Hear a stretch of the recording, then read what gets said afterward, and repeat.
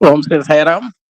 అహం సత్యబోధక చెన్నై దివ్య జ్ఞాన యజ్ఞంలో ఈరోజు ప్రప్రథమంగా మన ఆరాధ్య సాయి నారద కథతో ప్రారంభమవుతుంది. ఇప్పుడు ప్రస్తుతం ఆరాధ్య సాయి సాయిరాం మంచిర్యాల్ కథ నారద కథ.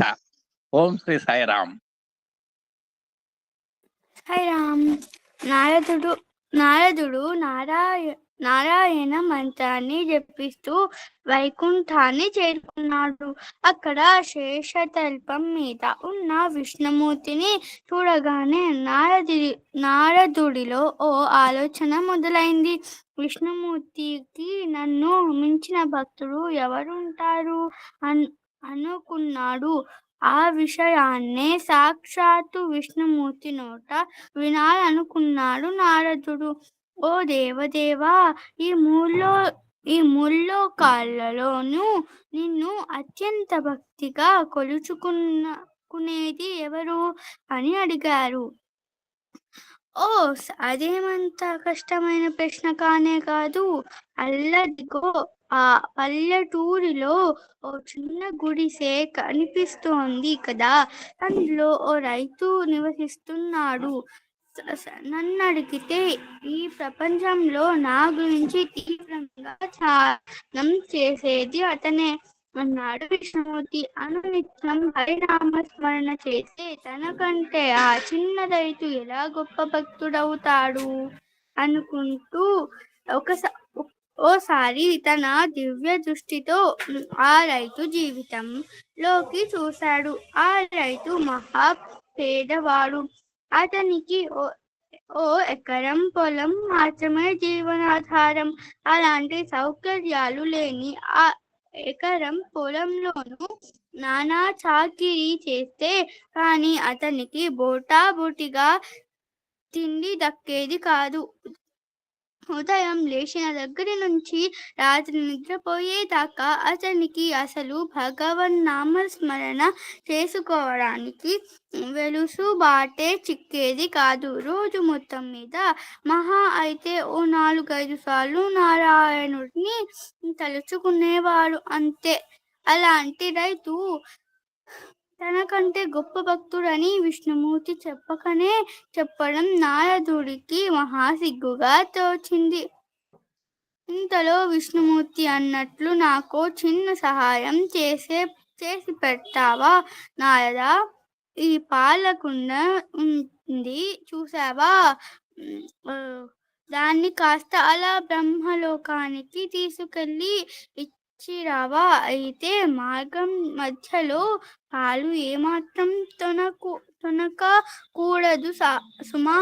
ఒక్క చుక్క కిందికి ఒలికేనా అపచారం అవుతుంది అంటూ ఓ కుండ నిండుగా పాలని నారదుడికి అప్పగించాడు. అక్కడ దాన్ని క్షేమంగా అందించి విజయ గర్వంతో నారదుడు విష్ణుమూర్తి చెంతకు చేరుకున్నాడు. చెప్పిన పని అద్భుతంగా పూర్తి చేశావు, సంతోషం నారద. కానీ ఓ చిన్న అనుమానం. నువ్వు పాలకుంటని తీసుకొని వెళ్ళేటప్పుడు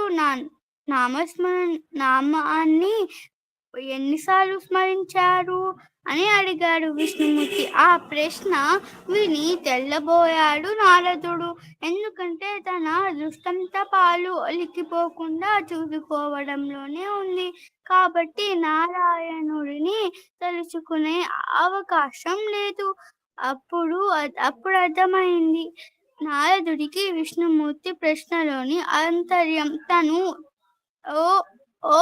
ఈ ఒక్క రోజు ఏదో పనిలో పడి అసలు నారాయణుడిని తలుచుకోవడమే మర్చిపోయాడు. అలాంటిది ఆ రైతు ఎంతో కష్టాన్ని శ్రమని ఓర్చుకుంటూ కూడా అంతటి అలసటలోనూ నారాయణుడిని తలుచుకోవడం మానలేదు.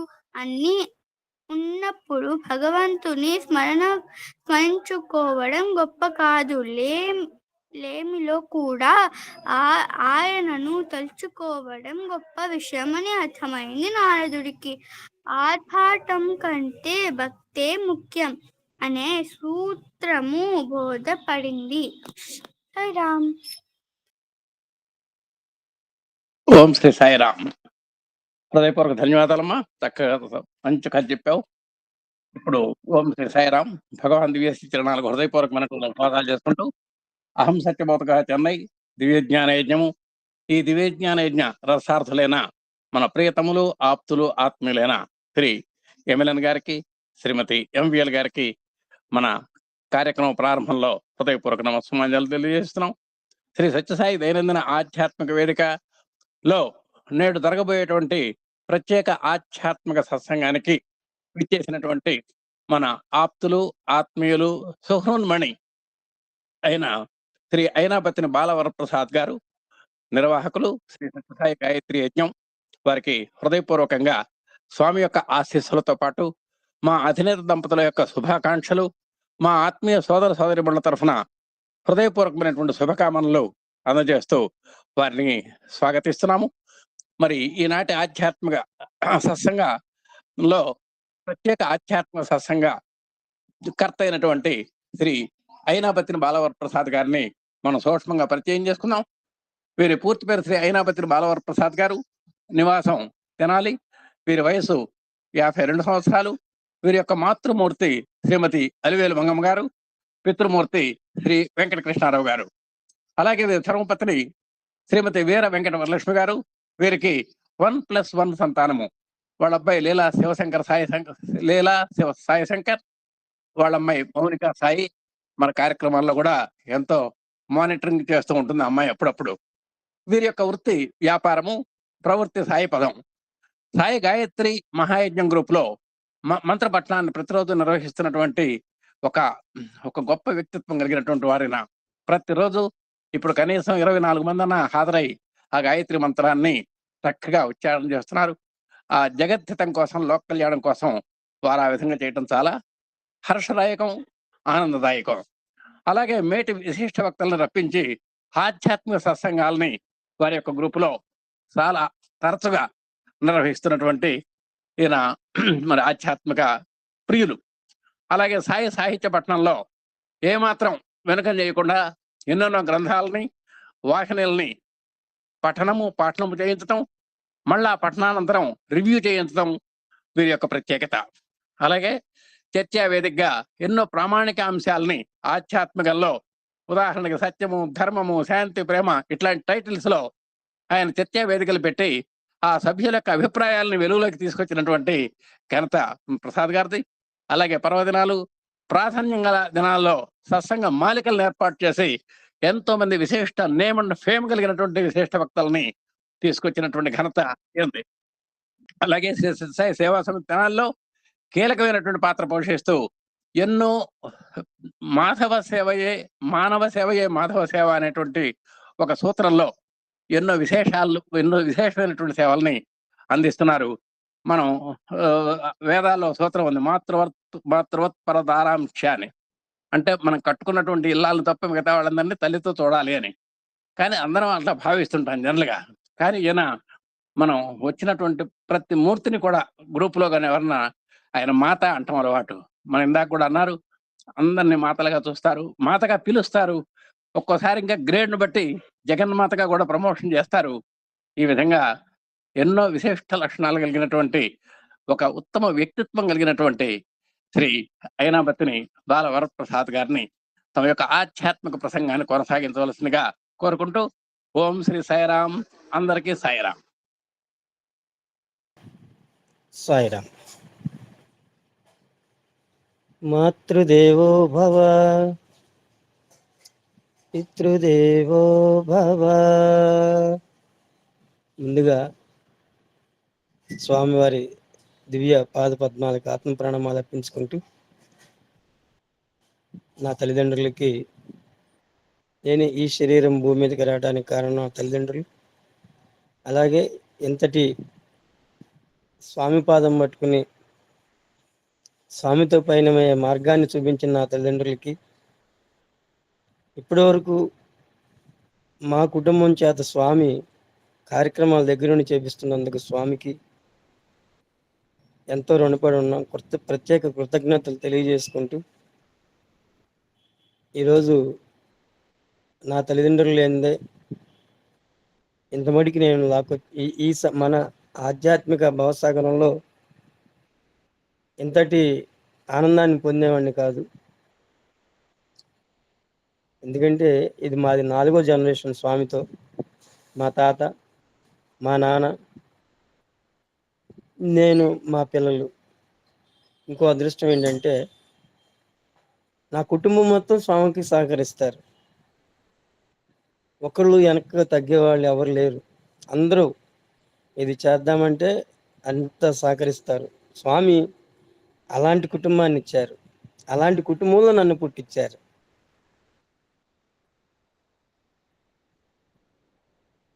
మౌనికా సాయి మా అమ్మాయి గుంటూరు జిల్లా యూత్ లీడర్గా కొన్నాళ్ళు కొనసాగించి మంచి కార్యక్రమాలు చేయించారు. స్వామి మంచి ఆదరణగా మంచి ఉద్యోగం ఇచ్చారు. స్వామి చెప్పినట్టు అటు 7 తరాలు ఇటు 7 తరాలు నేను దగ్గరుండి మిమ్మల్ని ఉద్ధరింపజేస్తాను, తరింపజేస్తాను, మీ వంశాన్ని అభివృద్ధి చేస్తానన్న దాంట్లో మాది 4వ తరం. స్వామితో ఇంకా 3 తరాలు మేము పైన ఉన్నాం. పైన స్వామి దగ్గరుండి మా మనందరి చేత కార్యక్రమాలు చేపిస్తారు. ఎన్నో యుగాల నుంచి మనం స్వామి పాదం పట్టుకుని ఆయా యుగ ధర్మాలను బట్టి, ఆ భగవంతుని బట్టి, ఆ రూపాలను బట్టి మనం స్వామి పాదం బట్టి భూమి మీద కలియుగ అవతారిగా మరలా స్వామి భూమి మీద ఉద్భవించి మనందరినీ మనలుగా ఉద్ధరింప చేసుకునే విధంగా చేస్తున్నారు స్వామి. అలాగే శ్రీ సత్యసాయి గాయత్రి మహాయజ్ఞం అనేది నాది కాదండి, స్వామిది. స్వామి ప్రతిరోజు నిర్వహిస్తారు. అది స్వామి పెట్టిన ఈ ఆధ్యాత్మికం, స్వామి చేపించే ఆధ్యాత్మికం, స్వామి మాట్లాడే ఆధ్యాత్మికం. ఇక్కడ ఈ అయినాబతిని ప్రసాద్, మౌనికా సాయి, లీలా సాయి, వెంకటలక్ష్మి వీడు ఎవరిది కాదండి. స్వామి స్వయంగా దాన్ని స్థాపించారు. స్వామి దగ్గరుండి మనందరి చేత ఈ సాయి గాయత్రి మహాయజ్ఞాన్ని ప్రతిరోజు 3:50 లింక్ ఓపెన్ చేసి నాకు ఎన్ని పనులు ఉన్నా సరే స్వామి దగ్గరుండి ఆ కార్యక్రమంలో అంతా అతిరథ మహాశయులు, అంతా ఆత్మజ్ఞానులు ఎక్కువ మంది పాల్గొంటారు. చక్కటి ఆధ్యాత్మిక భవసాగరంలో వచ్చిన కొంతమంది అయినా సరే, కొద్ది మంది అయినా సరే ఆనందంగా ఉండే విధంగా స్వామి ఆ టయాన్ని బట్టి, ఆ అవసరాలను బట్టి ఆధ్యాత్మిక బోధన అందించడం జరుగుతుంది. అలాగే మా ఋషి సాంప్రదాయం, మనం మానవ జన్మలో పుట్టి మనం మానవ జన్మగా కొనసాగించడానికి ఒక ఋషి సాంప్రదాయం ఉంది. ఆ ఋషి సాంప్రదాయంలో మాది బండారి గోత్రం ఋషి సాంప్రదాయంలో మేము పుట్టాం కాబట్టి మేము ఆ యొక్క జ్ఞాన ప్రసాదాన్ని అందుకుని స్వామితో పయనం చేస్తున్నాం. కాబట్టి ముందుగా మా ఋషి వర్యులు, బండారి ఋషి సాంప్రదాయాలు ఆ గురువర్యకి పాదాభివందనం చేస్తూ, ప్రతి మానవుడు పుట్టిన తర్వాత ఒక్కసారి గోత్రంలో ఉన్న ఋషిని కనీసం 11 సార్లు సాంప్రదాయబద్ధంగా ఆ యొక్క మంత్రాన్ని, ఆ యొక్క పేరుని తలుసుకోవాల్సిందే. అది వంశం అభివృద్ధి అవుతుంది. తర్వాత స్వామితో పయనం. ఈ పయనంలో నా కుటుంబంలో మా భార్య బాగా సహకరిస్తుంది. తర్వాత నా పిల్లలు బాగా సహకరిస్తారు. డబ్బు అనేది వెనక ఆలోచన అనేది ఉండదు. నిరంతరాయంగా ప్రతిరోజు 5 నుంచి 10 మందికి నారాయణ సేవ జరుగుతూ ఉంటుంది. ఆ క్రమంలో ఒకరోజు గ్యాప్ వచ్చింది, ఇవ్వటం కొద్దిగా లేట్ అయింది, పంపించటం లేట్ అయింది. స్వామి త్రిమూర్తుల రూపంలో ఎదురొచ్చి ఒక షాప్ దగ్గరికి వచ్చేసారు. రోజు వాళ్ళు ఎవరో తెలియదు, మనకి ఎక్కడి నుంచి వస్తారో తెలియదు, ఎప్పుడు వస్తారో తెలియదు. జ్ఞానులు, మహానుభావులు చేసే కార్యక్రమం ఎక్కడ ఆపరు స్వామి. త్రిమూర్తి రూపంలో స్వామి వచ్చి రోజు నా అన్నం పెడతారు కదా, ఎందుకు పెట్టలే ఈరోజు, ముందు భోజనం పెట్టమని అడిగారు స్వామి. స్వామి తన భక్తుల్ని ఎక్కడ తగ్గి ఉండమని చెప్పడం కానీ, తగ్గి చేయమని చెప్పడం కానీ ఆధ్యాత్మిక భవసాగరంలో ఒక ఆణిముత్యంలాగా తయారు చేస్తారు. ఆ యొక్క షడ్రజోపేతమైన ఆ దివ్యమైన జ్ఞాన ప్రసాదాన్ని అందుకోవటం మందే లేటు. అలాగే మానవ జీవితంలో మనం మానవుడిగా భూమి మీద పుట్టినప్పుడు ఒక లక్ష్య సాధన కోసమే ఈ భూమి మీదకి వచ్చాం. ఆ లక్ష్యం ఏమిటి? రోజు గ్రూపుల్లో పాల్గొనటం, తెల్లవారుజామున 5 గంటల నుంచి సుప్రభాత సేవ, సాయంత్రం 12 గంటల వరకు ఎన్నో కార్యక్రమాల్లో స్వామి చేయబట్టి పయనం చేస్తూ ఉంటాం. కానీ ఇక్కడ మన లక్ష్యం ఏమిటి? మానవుడిగా మనం భూమి మీదకి వచ్చి ఏం సాధిస్తున్నాం? ఎంత మటుకి స్వామికి మనం దగ్గర అవుతున్నాం? ఎంత మటుకి మనం స్వామికి ఎన్నో రకాలుగా స్వామి మనల్ని చంటి పిల్లవాడిగా పుట్టిన దగ్గర నుంచి ఇప్పటి వరకు స్వామి దగ్గరుండి చంటి పిల్లవాడిగా ఉన్నప్పుడు ఒళ్ళో పడుకోబెట్టుకుని వారు చక్కని సంభాషణ భాగ్యాన్ని ఇస్తూ తల్లి రూపంలో, అలాగే తండ్రి రూపంలో ఎంతో అభివృద్ధి పరిచి ఎన్నో ఆస్తిపాస్తులు ఇచ్చి మనల్ని ఎంతో ఆనందంగా ఉంచుతున్నారు స్వామి. కానీ మనం ఏం చేస్తున్నాం? ఎంత మట్టికి ఆయన రుణం తీర్చుకుంటున్నాం? మనిషి జీవితంలో ఒక నిరంతరాయన అన్వేషణ. ఈ అన్వేషణలో సుఖ, శాంతి, సత్యాన్ని, దేవుణ్ణి, జ్ఞానాన్ని బయట ప్రపంచంలో వెతుకుతున్నాం. ఆలయాలు కడతాం, తీర్థయాత్రలు చేస్తాం, గ్రంథాలు చదువుతాం, గురువులను ఆశ్రయిస్తాం. కానీ ఆశ్చర్యకరమైన సత్యం ఏమిటంటే వెతుకుతున్నదంతా బయట లేదు, మన లోపలే ఉన్నది అని గ్రహించటం చాలా తక్కువ. అంతర్ముఖ ప్రయాణం.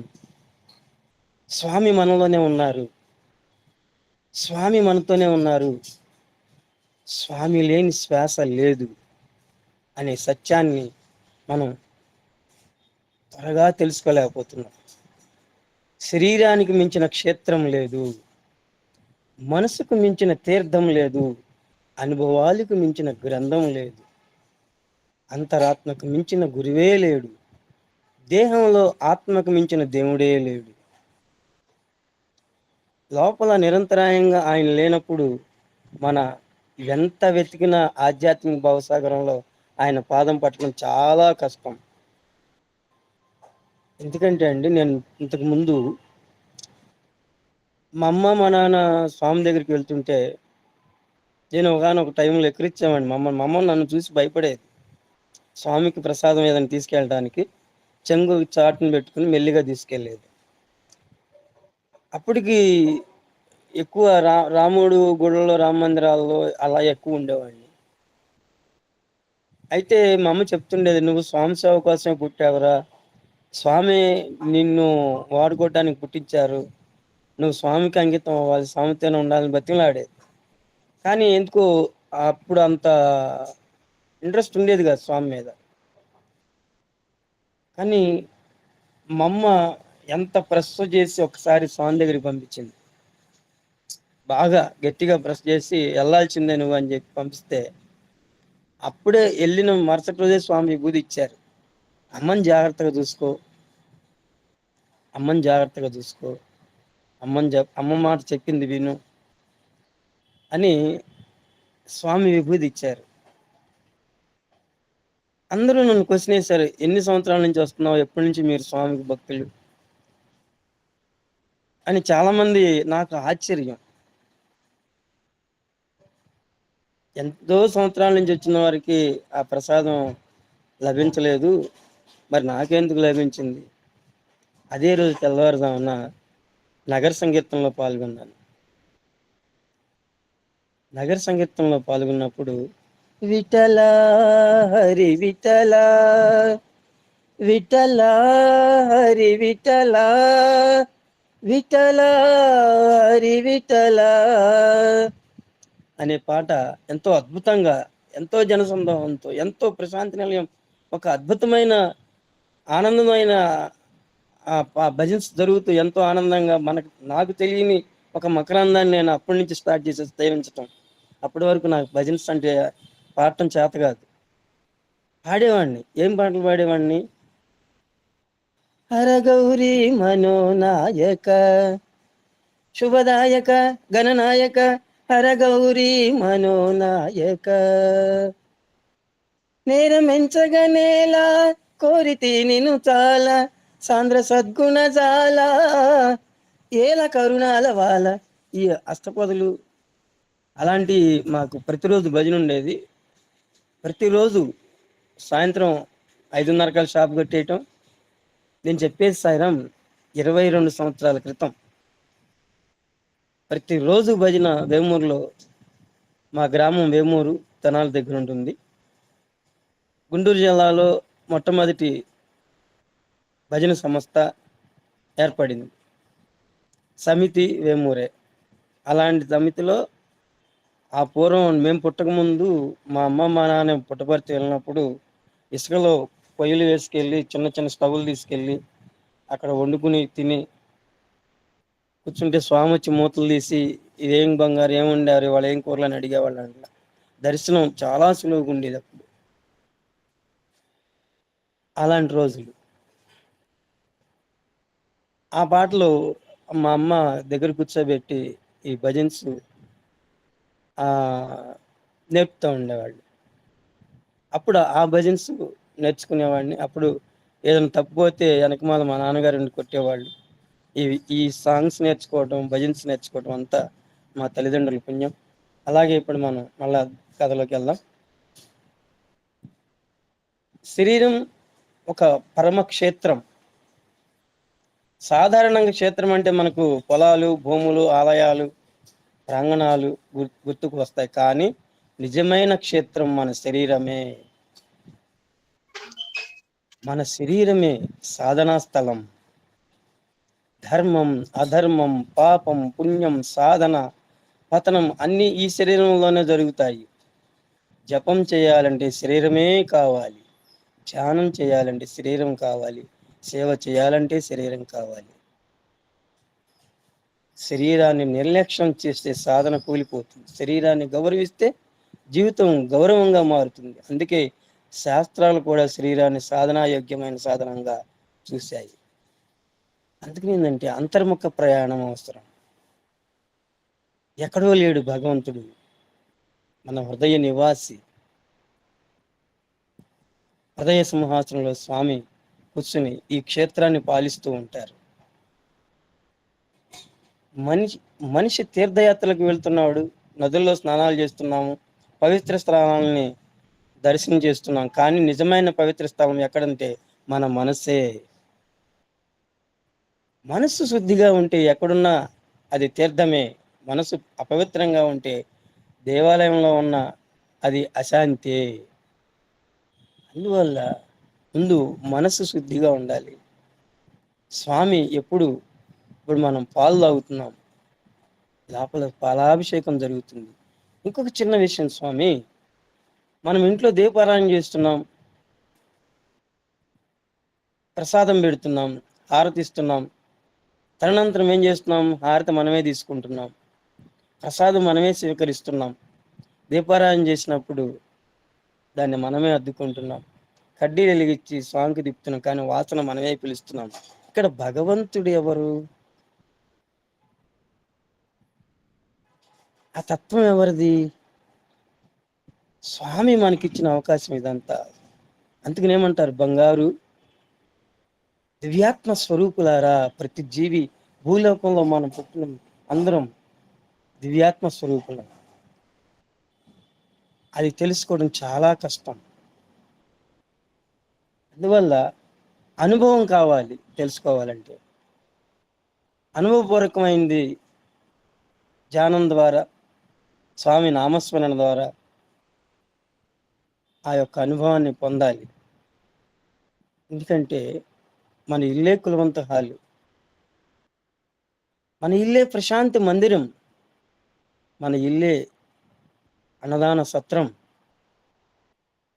రోజు ఉదయాన్నే మనం స్వీకరించే పదార్థం ఒక ఇడ్లీ లేదా 2 ఇడ్లీలు, ఒక పొట్లం కట్టుకుని మంచి హృదయంతో తీసుకుని బయట నారాయణకి ఇవ్వడానికి వెళ్తే స్వామి ఎదురొస్తారు. ఇది 100% గ్యారెంటీ.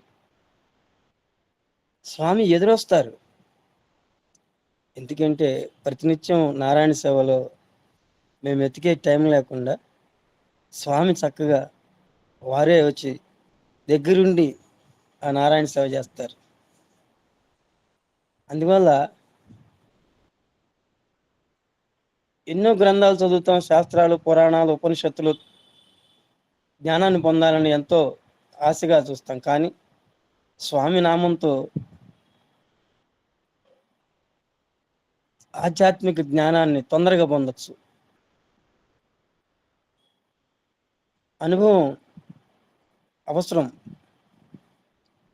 అందువల్ల ప్రతినిత్యం సాయి నామస్మరణతోనే మనం జీవించాలి. అంతరాత్మే పరమ గురువు. బయట గురువులు మార్గం చూపుతారు, కానీ దాన్ని నడవలసింది మనమే. మనలో ఒక స్వరం ఉంటుంది, అది చెబుతుంది ఇది సరైంది, ఇది తప్పు, ఇది ధర్మమా, ఇది అధర్మమా అనేది మనల్ని లోపల ఒక నాదం పరికరింపజేస్తుంది. అదే ఆత్మ, అంతరాత్మ. ప్రపంచం మొత్తం తప్పు అన్న అంతరాత్మ సరి అంటే అది సరే. ప్రపంచం మొత్తం సరి అన్న అంతరాత్మ తప్పు అంటే అది తప్పే. అందుకే అంతరాత్మ కంటే గొప్ప గురువు ఎవరు లేరు. మనము దేవుణ్ణి బయట వెతుకుతాడు, రాళ్లలో, విగ్రహాల్లో, ఆలయాల్లో, పర్వతాల్లో. కానీ ఆత్మ దర్శనం లేకుండా దైవ దర్శనం అసంపూర్ణం. శరీరంలో నివసించే ఆత్మ చైతన్యం, అదే జ్ఞానం, అదే సాక్షి, అదే సత్యం. స్వామి పాదంలో పయనిస్తూ 22 సంవత్సరాల క్రితం త్రిదండి భక్తి వైభవ మధుసూదన్ మహారాజు గారని హిమాలయాల్లో పయనిస్తూ ఉంటారు. ఎక్కువ హిమాలయాల్లో జపం చేస్తూ ఉంటారు. వారి ద్వారా నేను ఉపదేశాన్ని పొందడం జరిగింది. నేను, మా మిస్సెస్. ఆధ్యాత్మికంగా ప్రాపంచిక విషయాలందు, అంతర్ముఖ ప్రయాణమందు స్వామి ఎలా అయితే నన్ను నడిపిస్తున్నారు మనల్ని, ఈ త్రిదండి భక్తి వైభవ మధుసూదన్ మహారాజు గారిని ఆయన గురువర్యులు ఉపదేశం ఇచ్చి ఈ శరీరాన్ని మంత్రముద్దుగా తయారు చేశారు. ఇది ఒక అంతర్ముఖ ప్రయాణం చేస్తేనే స్వామికి మనం దగ్గర అవటానికి చాలా అవసరం. భజన అనేది భవసాగరాన్ని దాటిస్తుంది, కానీ పూర్తిగా మనల్ని స్వామి చేతిలో పుష్పాన్ని తయారవడం చాలా కష్టం. భానేక్షణంలో భవసాగరం, నానేక్షణంలో నాస్తికత్వం నుంచి, అలాగే ఈ 3 అక్షరాల్లో మనము ఆధ్యాత్మిక అవసరం స్వామికి దగ్గర అవుతాం. కానీ భూమి మీదకి మళ్ళా రాకుండా ఉండటానికి మంత్రముద్దగా తయారవటం అవసరం. అందుకని స్వామి ఒకటే చెప్పారు. స్వామి ఓం శ్రీ సాయిరాం అనే మంత్రాన్ని ప్రతి క్షణము, లేదా సాయి గాయత్రి, ఏ మనసుకి ఏ మంత్రం సహకరిస్తుందో, ఏ మంత్రం ఆనందాన్ని పొందుతుందో అది ప్రతి క్షణము మనం వదిలిపెట్టుకున్న సంపాదనని చేసుకుంటూ వెళుతూ ఉంటే ఒక్క క్షణం, 2 క్షణాలు, లేదంటే 10 నిమిషాలు ధ్యానం చేస్తూ ఆ ధ్యానంలో స్వామిని అంతర్ముఖంగా స్వామి పాదాలు చూసుకుంటూ స్వామికి చాలా సులువుగా దగ్గర అవడానికి ధ్యాన మార్గం అవసరం. ఒకరోజు గోదావరి పుష్కరాలకి డ్యూటీకి వెళ్ళాను. నాకు చిన్నప్పటి నుంచి ఆస్మా ఉంది. సరే హాస్పిటల్కి వెళ్ళాను, ఏ టాబ్లెట్లు ఇచ్చారు, తగ్గలేదు. బాగా ఆయాసంగా ఉంది, ఏం చేయాలో అర్థం కాలేదు. సరే ఒక పక్కన కూర్చుని సాయి గాయత్రి స్టార్ట్ చేశాను. ఇంకా ఊపుగానే ఉంది. నేను చేస్తూనే ఉన్నాను, స్వామిని అడుగుతూనే ఉన్నా, ఏం చేయాలి స్వామి, ఇంకా చివరి క్షణంలో ఇక అక్కడి నుంచి బయలుదేరి వచ్చేసేద్దామా అన్న అంత బాధేసింది. అప్పుడు తెల్లని వస్త్రంలో వేసుకుని ఒక అతను వచ్చి కాముమిస్టెల్, మరి అప్పటికి ఇంకా మెడిసిన్ రాలేదట్టుంది షాపుల్లో, రోటా క్యాప్సిల్ కాముమిస్టెల్ అనే మెడిసిన్స్ కొత్త బాక్స్, ఇన్హేలర్ ఇంకా అప్పటికి నేను వాడతలేదు, స్వామి తీసుకొచ్చారు. చూడండి ఎలా పరీక్ష చేస్తారంటే స్వామి, బాబు ఇది మీకు ఇవ్వమన్నారు అని చెప్పి ఆయన ఇస్తే, కాదండి ఇది నాది కాదు, ఇంత మటుకు నేను ఇది వాడలేదు, నాది కాదు, ఎవరినో అడిగేవాడిని కాదు, కాదు బాబు ఇది మీకే ఇవ్వమన్నారని చెప్పి స్వామి ఇవ్వటం జరిగింది. సరే హడావిడిగా ఒక గట్టం పెట్టి ఇలా పీల్చాలని చూపించారు. స్వామి పీల్చాను, కొన్ని క్షణాల్లో అది ఆగిపోయింది. అయితే ఇక్కడ చిన్న టెస్ట్ పెట్టారు స్వామి అమ్మటే. మున్సిపాలిటీ వర్క్ చేయడానికి ఒక భార్యాభర్తలు ఆ జాబ్ పర్పస్ అక్కడ రావడం జరిగింది. భర్త జ్వరంతో కింద పడిపోయి వణికిపోవడం జరుగుతుంది. అక్కడ చూడండి స్వామి ఎలా ఏర్పాటు చేశారంటే, అప్పుడే గొట్టాలు పిలుచుకోమని ఆయుసం తగ్గించడానికి వచ్చారు. మళ్ళీ ఒక చిన్న పరీక్ష. ఏంటమ్మా అంటే, ఇట్లా జ్వరం అండి, ఎవరు పట్టించుకోవట్లేదు. ఇక్కడ స్వామి పరీక్ష ఎలా ఉంటుందంటే, నేను అతనికి సహాయం చేస్తానా లేదా, మనం చేయగలమా లేదా అనేది ఒక చిన్న టెస్ట్. అప్పుడు క్షణం ఆగిచ్చా, ఈ గొట్టాళ్ళ అబ్బాయి ఇవ్వటం, మళ్ళీ నన్ను పరీక్ష చేయటం ఎందుకు స్వామి అని ఒక క్షణం ఆలోచన వచ్చింది. కానీ ఎమ్మటే వేరే ఇద్దరిని పిలిచి మన వీళ్ళని సేవాదారులను పిలిచి ఆయన తీసుకుని హాస్పిటల్కి తీసుకెళ్ళి హాస్పిటల్ అడ్మిట్ చేసి డాక్టర్ని పిలిపించి అతనికి ఏం కావాలో చూసి మరుసటి రోజు వెళ్ళి స్వామి ఎంత పరీక్షలు చేస్తారంటే, అసలు మనకి సంఘంలో పురుగు ఉండదు, ఇంకా చాలా రకాల టెస్టులు చేస్తారు. కానీ స్వామి ఒకటే చెప్పారు, అదరక బెదరక వంగక చివరి క్షణం వరకు నా పాదాలు పట్టిన వారికే నేను మోక్షాన్ని ప్రసాదిస్తానని చెప్పారు స్వామి. అలాగే ఎక్కడ రాజీ పడే పనే స్వామితో, స్వామి పరీక్షకి ఎక్కడైనా సరే మనందరం ఎక్కడైనా సరే వెనకాడకుండా నిలబడి సేవ చేయగలిగితేనే ఒక బంగారానికి మట్టిలో ఉన్నప్పుడు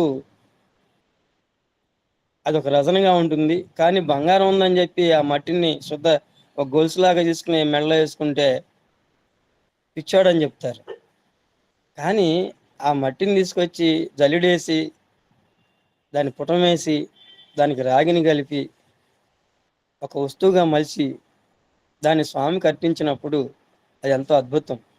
అదే బంగారం ఒక వస్తువుగా ఏర్పడిన తర్వాత భూమిలో మట్టిలో పడేసినా కూడా, కొన్నాళ్ళకి తీసినా కూడా ఆ గోల్డ్, ఆ బంగారం అన్నీ తగ్గదు. అదే సత్యసాయి ఒకటి, అదే సత్యసాయి దేవదళ్. అలా స్వామి తయారు చేస్తాను మనం. అట్లా స్వామి మనల్ని అందరినీ ఒక వస్తువుగా మలుపుకొని ఆయనలో ఐక్యం ఆయనతో ఉండేటట్టు చేసుకుంటారు. అలాంటి ఈ అన్వేషణ అనేది కావాలి మనకి. అలాగే ఇంకొక చిన్న అది అందరికీ తెలుసు, అయినా నేను చెప్పాలి. నాకు 2 పిల్లలు. మా అబ్బాయి పేరు లీలా శివసాయి శంకరు. అతనికి ఎన్టీటీఎఫ్ అని హైదరాబాద్ బ్యాటరీస్ లిమిటెడ్లో ఎన్టీటీఎఫ్ అని టెక్నికల్ ట్రైనింగ్ ఇన్స్టిట్యూట్ అని దాంట్లో మెకాట్రానిక్స్ కోర్సుకి చేర్పించడం జరిగింది.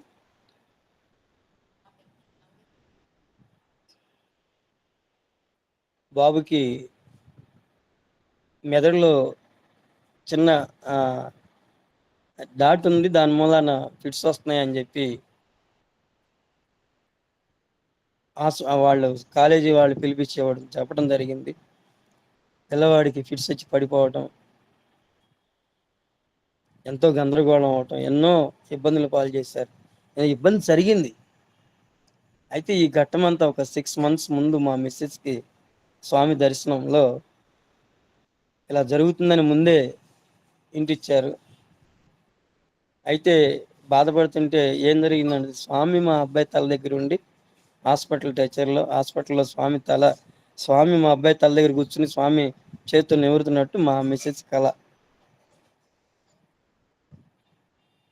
కాలేజీ నుంచి తీసుకొచ్చేసాం, చాలామంది డాక్టర్లకు చూపించాం, ఆయన ఎక్కడ రిపేర్ జరగల, ఎక్కడ తగ్గల. అప్పుడు ఇక లాస్ట్ బర్త్డే ఇది పిల్లవాడికి అని బాధపడ్డాం అందరం. ఇది ఎందుకు జరుగుతుంది చెప్తున్నానంటే అమ్మ, అందరికీ ఇళ్ళలో జరుగుతాయి అద్భుతాలు, కానీ ఈ అద్భుతం మీరు అందరూ వినాలి. స్వామి మనతో ఉంటారు ప్రతి క్షణం, స్వామి మనతోనే జీవనం, స్వామితోనే జీవనం అని మనం అనుకుంటాం, కానీ జీవనమే స్వామి, స్వామి జీవనమే మనతో. లాస్ట్ బర్త్డే అని అందరికీ భజన పెట్టి అందరిని పిలిచి అక్షంతలు వేపిస్తే, ఆ రోజు మనకి బెంగళూరు హాస్పిటల్ ఉంది, ఒకరు తీసుకెళ్ళమని చెప్పారు, తీసుకెళ్ళడం జరిగింది. తర్వాత అక్కడ మిషన్ చెడిపోతే పుట్టపర్తిలు స్కాన్ చేపిస్తున్నామని చెప్తే మా పిల్లవాడిని పుట్టపర్తి తీసుకెళ్లారు. నేను లేనమ్మా పక్కన, అంతా మన సేవకులే. పుట్టపర్తి స్కాన్ రూమ్లో స్వామి ప్రత్యక్షం. అప్పటికి స్వామి ప్రశాంతి నిలయాన్ని పిలిచి కైలాసంలో వారి వారి పోస్టులు 1 టైం 3 years అయిపోయింది స్వామి శరీరాన్ని వదిలిపెట్టి. స్వామి మా అబ్బాయి దగ్గరికి వచ్చి తల మీద చేసి, నీకేమీ లేదు పో బంగారం అని చెప్పి భుజం తట్టి తల మీద చేసి నిదిరి బయటికి పంపించారు. ఏమంటే రిపోర్ట్ చూసుకుంటే ఏమి లేదు, హెల్దీ బాయ్ అని ఇచ్చారు. మేము ఇది కనీసం 3 నెలలు 4 నెలలు నరకం అనుభవించాం. తర్వాత ఆ రిపోర్ట్స్ తీసుకుని వేరే డాక్టర్ దగ్గరికి మళ్ళీ వెళ్తే, ఇదేంటి ఇది ఎలా జరిగింది, ఈ రిపోర్ట్లో మీ అబ్బాయి మెదడులో పుండు ఉంది, ఇది వాస్తవం, ఎన్నోసార్లు తీపిచ్చామండి. కానీ స్వామి తన బిడ్డల్ని ఎప్పుడూ ఇబ్బంది పెట్టడు. ఎమ్మటే మళ్ళీ కాలేజీలో చేర్చుకున్నారు. ఇప్పుడు ఎస్ బ్యాంకులో ఇన్సూరెన్స్ సెక్టార్లో పూణేలో జాబ్ చేస్తాడు. ఇది పదే పదే నేను ఎందుకు చెప్పుకుంటానండి అండి, మా కుటుంబానికి మాకు స్వామి భోజనం చేయాలన్నా, భోజనం పెట్టాలన్నా, మేము ఎక్కడికన్నా వెళ్ళాలన్నా, ఎవరికన్నా దానం ఇవ్వాలన్నా, నారాయణ సేవ చేయాలన్నా అంతా స్వామి. మాది ఏమీ కించిత్. ఆయన లేని జీవనం మాకు లేదు. అంతటి స్వామి మనకి ఈ కలియుగంలో. ఆ రోజు కైలాస పర్వతంలో పార్వతీదేవి శివుణ్ణి అడుగుతుంది,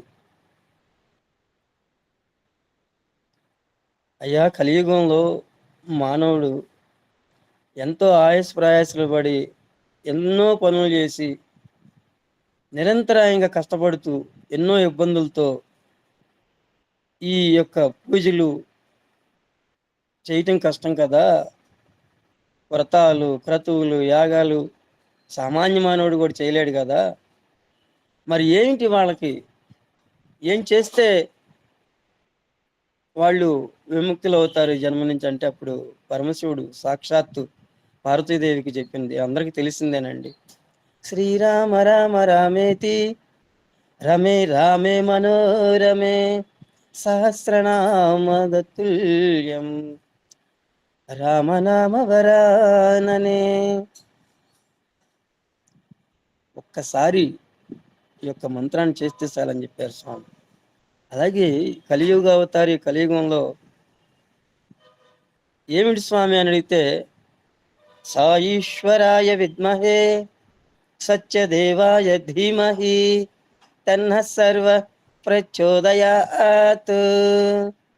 ఎక్కడైతే నామస్మరణ జరుగుతుందో, ఎక్కడైతే దివ్యధామం, ఎక్కడైతే శ్రీ సత్యసాయి నామస్మరణ, శ్రీ సత్యసాయి భజనామృతం, శ్రీ సత్యసాయి అవతార ప్రకటన గురించి, శ్రీ సత్యసాయి లిఖితం, శ్రీ సత్యసాయి వ్రతం ఏ ఇంట్లో అయితే జరుగుతూ ఉంటుందో ఆ ఇల్లే కాదు చుట్టుపక్కల పరిసర ప్రాంతాలు కూడా అభివృద్ధి పొందుతాయి. దానికి చిన్న ఉదాహరణ సాయిరాం. ఇక్కడికి దగ్గరలో నందివెలి గ్రామం ఉంది. పొలాలన్నీ చక్కగా పండిని కుప్పలు వేసుకున్నారు. ఆ ఊర్లో చిన్న గొడవలయ్యి కుప్పలు తగలబెట్టేశారు. అయితే మన స్వామి భక్తులకి ఉన్నదే కదా, కుప్ప నాటు వేస్తే విభూది, కోత కోస్తే విభూది, కుప్ప వేస్తే విభూది, పొలంలోంచి బయటికి రావాలంటే విభూది, ఇంట్లో నడవాలంటే విభూది, విభూది విభూది విభూది. వారు నాటేసేటప్పుడు విభూతి చల్లారు, కోత కోసేటప్పుడు విభూతి చల్లారు, కుప్ప వేసేటప్పుడు విభూతి చల్లారు, కుప్ప పైన విభూతి చల్లారు. ఆ గ్రామంలో అన్ని కుప్పలు తగలబెట్టేశారు. కానీ ఈ కుప్పకి దగ్గరలో ఉన్న కుప్పలు తగలబడినాయి, కానీ ఈ కుప్ప కించిత్ కూడా ఎక్కడ కొద్ది కూడా. అయితే స్వామి ఆ ముందు రోజు నైట్ ఆ యొక్క యజమానికి, ఇదిగో బంగారు, నీకు నేను 27,500 అదే సమక్ష అమౌంట్ ఇది ఇస్తున్నాను, తీసుకోమంటే, స్వామి నాకు వద్దు స్వామి, నా దగ్గర డబ్బు ఉంది.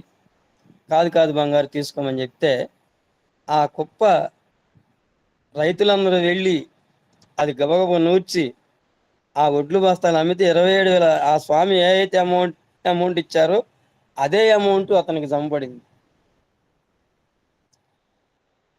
అలాగే స్వామి మా చేత ఒక గృహం నిర్మింపజేశారు, ఆయన మందిరం కట్టించుకున్నారు. ఆ విభూది శంకుస్థాపన రోజు, స్లాబ్ వేసే రోజు మా ఇంట్లో కూడా మాకు అదే పద్ధతి. స్వామి మా తల్లిదండ్రులు నేర్పింది, స్వామి నేర్పిన విద్య అది. విభూది లేనిదే బయటికి వెళ్ళటం జరగదు. స్లాబ్ వేస్తున్నారు, స్లాబ్ మీద ముందు రోజే విభూది చల్లుకున్నాం, ఇంటి చుట్టూ విభూది. కానీ పెద్ద వాన, భారీ వాన. ఏంటి స్వామి, ఒక క్షణంలో ఇంటి మీద వాన లేకుండా చుట్టుపక్కల వాన పడటం ఎంతో ఆశ్చర్యం, ఎంతో మంది ఆశ్చర్యపోయారు. స్వామి భగవాన్ శ్రీ సత్యసాయినాథుడు భగవంతుడు అని నమ్మిన వాళ్ళు ఆ రోజు చాలా మంది ఉన్నారు. మనం నారాయణ సేవ చేయటం ఒక డాక్టరు తెనాల్లో చూశారు, గవర్నమెంట్ హాస్పిటల్లో డాక్టర్. వారు స్టార్ట్ చేశారు, ప్రసాద్ సార్ మిమ్మల్నే మేము తీసుకున్నాము, మీరు చేసే పనులు మేము నెలకొకసారి ఒక 50 మందికి మీరు ప్యాకింగ్ చేసి ఇచ్చిన భోజనమే పంచుకుంటామండి. అంటే మేము గొప్పవాళ్ళం కాదండి, ఇక్కడ స్వామి ప్రతి నెల వాళ్ళు ఒకరోజు 50 మందికి భోజనం వారు స్వయంగా ప్యాకింగ్లు చేసుకుని మన దగ్గరికి వచ్చి చక్కగా, నాకైతే స్వామి వాళ్ళలో దర్శనం ఇచ్చారు, అంతటి అద్భుతం. ప్రతి నెల స్టార్ట్ చేశారు. అలా ఎంతోమంది నారాయణ సేవ స్టార్ట్ చేశారు తెనాల్లో. ఎంతోమంది ముందుకి నారాయణ సేవ నడుపుతున్నారు. సైరం 11:30 ఎంతమందికి టైము సార్? 12:10 దాకా ఉంది సార్, ఇబ్బంది లేదు. సైరం. సరే, ఇక్కడ మనిషి దేవుణ్ణి బయట వెతుకుతాడు, రాళ్ళల్లో, విగ్రహాల్లో, ఆలయాల్లో, పర్వతాల్లో కూడా వెతుకుతాడు. కానీ ఆత్మదర్శనం లేకుండా దైవ దర్శనం అసంపూర్ణం. శరీరంలో నివసించే ఆత్మ చైతన్యం, అదే జ్ఞానం, అదే సాక్షి, అదే సత్యం. దేవుడు బయట ఉంటే దర్శనం, ఆత్మలో ఉంటే అనుభూతి. దర్శనం భావం, అనుభూతి సత్యం. అందుకే దేహంలో ఆత్మ కంటే గొప్ప దేవుడు లేడు, అన్నీ మనలోనే ఉన్నాయి. మనిషి సమస్య ఏమిటంటే బయట ఎక్కువగా చూస్తాడు, లోపల చూడటం చాలా కష్టం. బయట దేవుడు, లోపల ఖాళీ. బయట గురువు, లోపల అజ్ఞానం. బయట గ్రంథం, లోపల శూన్యం. కానీ నిజం ఇది, శాంతి లోపల ఉంది, జ్ఞానం లోపల ఉంది, సత్యం లోపల ఉంది. దేవుడు లోపలే ఉన్నాడు. ఒక్కసారి నిశ్శబ్దంగా కూర్చుని లోపలికి తొంగి చూడాలి, అప్పుడే తెలుస్తుంది. మనమే ఆలయం, మనమే తీర్థం, మనమే గ్రంథం, మనమే గురువు, మనమే దైవం. మనిషి జీవితంలో నిజమైన విప్లవం బయట మార్పులతో కాదు, లోపల మార్పు, అంతర్ముఖ ప్రయాణం. లోనే జరుగుతుంది. ఆలోచనాపరమైతే జీవితం మారుతుంది. మనసు మారితే ప్రపంచం మారుతుంది. అంతరాత్మ మేలుకుంటే దైవం ప్రత్యక్షమవుతుంది. బయట వెతకడం ఆపి లోపల చూడటం మొదలుపెట్టిన రోజే మనిషి నిజమైన జీవన ప్రయాణాన్ని ప్రారంభమవుతుంది. అన్నీ మనసులోనే ఉన్నాయి.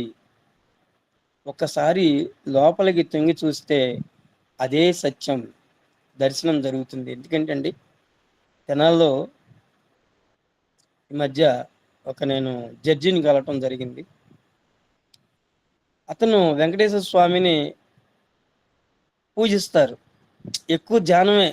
ఓం శ్రీ వెంకటేశాయ నమః ధ్యానంలో కూర్చుని మంత్రాన్ని జపిస్తూ ఉంటారు. అయితే ఆయన ఒక యోగ క్రియ ఒకటి నేర్చుకున్నారు. ఎలా? ప్రొద్దున్నే ఉదయం కాలంలో ఆయన ధ్యానంలో ఉండి తిరుపతి వెళ్ళి దర్శనం చేసుకుని వస్తారు. తిరుపతి వెళ్ళి స్వామిని దర్శనం చేసుకుని డైలీ ఆయన ఆయన ఆ యొక్క యోగ క్రియతో డైలీ ఆయనకి ఏది కావాలో అది దర్శనం చేసుకుంటాడు. పుణ్యక్షేత్రాలు వెళ్ళి అది ఒక యోగ క్రియ. అది అందరికీ సాధ్యమవుతుంది. కులమంత హాల్లో రోజు మనం స్వామి సింహాసనంలో స్వామిని దర్శనం చేసుకోవచ్చు. స్వామికి ఇచ్చే హారతి దర్శనం చేసుకోవచ్చు. ప్రతిరోజు ప్రశాంతి నిలయాన్ని మనం చుట్టి రావచ్చు, ప్రదక్షిణం చేయవచ్చు. అది ఎలా? ముందు భగవానుడు మనలో ఉన్నాడు. ముందు ఆత్మ సాక్షాత్కారం మనం పొందాలి. లోపల స్వామి ఉన్నారు. కన్నులు మూసి ఓం శ్రీ సాయినాథాయ నమః, ఓం నమో భగవతే భగవాన్ శ్రీ సత్య సాయినాథాయ నమః, ఓం నమో భగవతే భగవాన్ శ్రీ సత్య సాయి బాబాయ నమః. ఈ ఓంకార శబ్దం ముందు మన హృదయాన్ని, శక్తిని పెంచడానికి ఉపయోగపడుతుంది. దేవుడు లేడు కాదు, దేవుడు మనలోనే ఉన్నాడు. దేవుడు నాలోనే ఉన్నాడు. స్వామి నాలోనే ఉన్నారు. స్వామి నాతోనే ఉన్నారు. స్వామి నా చేతే పని చేపిస్తున్నారు. స్వామి నన్ను ఇలా ఉపయోగించుకుంటున్నారు. స్వామి పాలు తాగుతున్నారు. స్వామి భోంచేస్తున్నారు. ఈ యోగ క్రియలో ఒక విశేషమైనది ఏంటంటే, అది యోగక్రియ మనకి పూర్తిగా అభ్యాసం అయ్యేలోపు మన మనసు ఎలా మారుతుందంటే, ఒక తల్లి బిడ్డకి అన్నం పెడుతున్నా స్వామికే పెడుతుందని ఒక అనుభూతి వచ్చేస్తుంది. ఇందాక చెప్పారు, ప్రతి ఒక్కరిని అమ్మాని. నేను మా మిస్సెస్ని కూడా అమ్మనే చూసుకుంటాను. నా కూతురుని కూడా అమ్మాయి అంటాను. నా దగ్గరికి వచ్చేవాళ్ళు ప్రతి ఒక్కరు, నా షాపులో ఉన్న వచ్చేవాళ్ళందరినీ కూడా నేను అమ్మాయి చూస్తాను. అమ్మాయి అంటే రెండోది అర్థం చాలా అరుదు. ఎప్పుడైతే ఈ యోగ క్రియలో మనసు, ఆత్మ, బుద్ధి, ఈ అహంకారం ఇవన్నీ ఎప్పుడైతే మనలో మార్పులు చెందుతాయో నిదానంగా ఆ యోగ క్రియలు అనేవి మనకి ఏర్పడుతూ ఉంటాయి. భజన పాడినప్పుడు ఆ క్షణం వరకు స్వామితో అనుభూతి పొందుతాం. మరలా భజన నుంచి ఇంటికి వచ్చిన తర్వాత మళ్ళీ బాహ్య ప్రపంచంలో కొట్టుమిట్టాడతాం. ఇది ఎలా ఉంటుందంటే, ఒక అమ్మ భోజనం కంచంలో పెట్టుకుని టీవీ ఋతురాగాలు అనే సీరియల్ చూస్తూ భోంచేస్తూ మెడ పక్కకు వాల్చేసింది, చనిపోయింది. ఇది యథార్థంగా జరిగింది కదండి. సాయిరాం. సరే, ఆ చుట్టాలు పిల్లలు అందరూ వచ్చారు, ఆమెను తీసుకెళ్లారు. పంచభూతాలతో ఆమె క్రియలు సమర్పించేశారు. అయిపోయింది. మరుసటి రోజు నుంచి నిత్య కార్యక్రమాలు చేయాలి. రోజు పిల్లవాడు తీసుకెళ్తున్నాడు భోజనం. ఆకులో పెడుతున్నారు, కానీ ఒక కాకి కూడా రావట్లేదు. అది అంటుకోవట్లా, ఎవరు ఏ జీవి వచ్చి కూడా అంటుకోవట్లేదు. రోజు బిడ్డ ఏడుస్తున్నాడు, ఎందుకు మా అమ్మ నన్ను ఇంత కసిపట్టింది, నాకు ఎందుకు భోజనం చేయట్లేదు, ఏంటి అని బాధపడుతూ ఉన్నాడు. రోజు భార్య దగ్గర కూర్చుని ఏంటి ఎలా జరుగుతుంది, ఏంటి ఎలా జరుగుతుంది అని అంటే, కాదండి ఒక క్షణం ఉండండి, నేను దాంట్లో చూస్తానంటే అప్పుడు ఆ ఫోటో తీసుకొచ్చి ఆ ఋతురాగాలనే సీరియల్ వచ్చే టైంలో కుర్చీలో ఫోటో పెట్టి టీవీ ఎదురుగా పెట్టారండి. ఎమ్మటే నెక్స్ట్ డే నుంచి కాకి భోజనం చేస్తుంది వచ్చి. ఇది జరిగిన కథ. ఆ నెక్స్ట్ డే నుంచి కాకులు వచ్చి భోజనం చేస్తున్నాయి. ఇక్కడ ఎక్కడ మనస్సు దేని మీద అయితే కేంద్రీకృతం అవుతుందో శరీరాన్ని విడిచినప్పుడు అది దాన్నే దాల్చుతుంది. ఎలా? ఒక సముద్రంలో మేఘమదనం జరిగి మేఘం ఏర్పడినప్పుడు అది కొంత దూరం ప్రయాణించిన తర్వాత చల్లబడేది వర్షం అయినప్పుడు, ఆ వర్షం పడినప్పుడు విత్తన శుద్ధి అయ్యి ఆ విత్తనం ఇంద్రియంగా మారుతుంది. ఎక్కడ వర్షం, ఎక్కడ సముద్రం, ఎక్కడ మేఘం, కానీ అది భూమి మీద పడేటప్పటికి ఆ విత్తన శుద్ధి అయ్యి అది ఒక ఇంద్రియంగా మనకు ఆహారంగా ఏర్పడుతుంది. అలాగే ఒక ఒక చేపలు పట్టేవాడికి గేలం వేసి మనసుని దాని మీదే కేంద్రీకృతం చేస్తాడు, చేప పడుతుందా అని. అటుగా వెళ్ళే ఒక అతను, అయ్యా నేను పలానా ఊరు వెళ్ళాలి, ఎటు వెళ్ళాలనే అడిగితే అతనికి ఆ శబ్దం కూడా వినిపించదు, మనసు కేంద్రీకృతం చేప మీదే ఉంటుంది. అలాగే ఒక ఋషి పెద్ద ఆశ్రమాన్ని తయారు చేస్తాడు. ఆశ్రమాన్ని తయారు చేసి ఎన్నో వృక్షాలను పెంచుతాడు, ఎంతో ఫలాలనిచ్చే మంచి వృక్షాలని, మంచి పండ్లనిచ్చే చెట్లని, అలాగే బాగా అభివృద్ధి ఆశ్రమం తయారు చేసి ఎంతో మంది శిష్యులను తయారు చేస్తాడు. ఒక మహానుభావుడు అవుతాడు.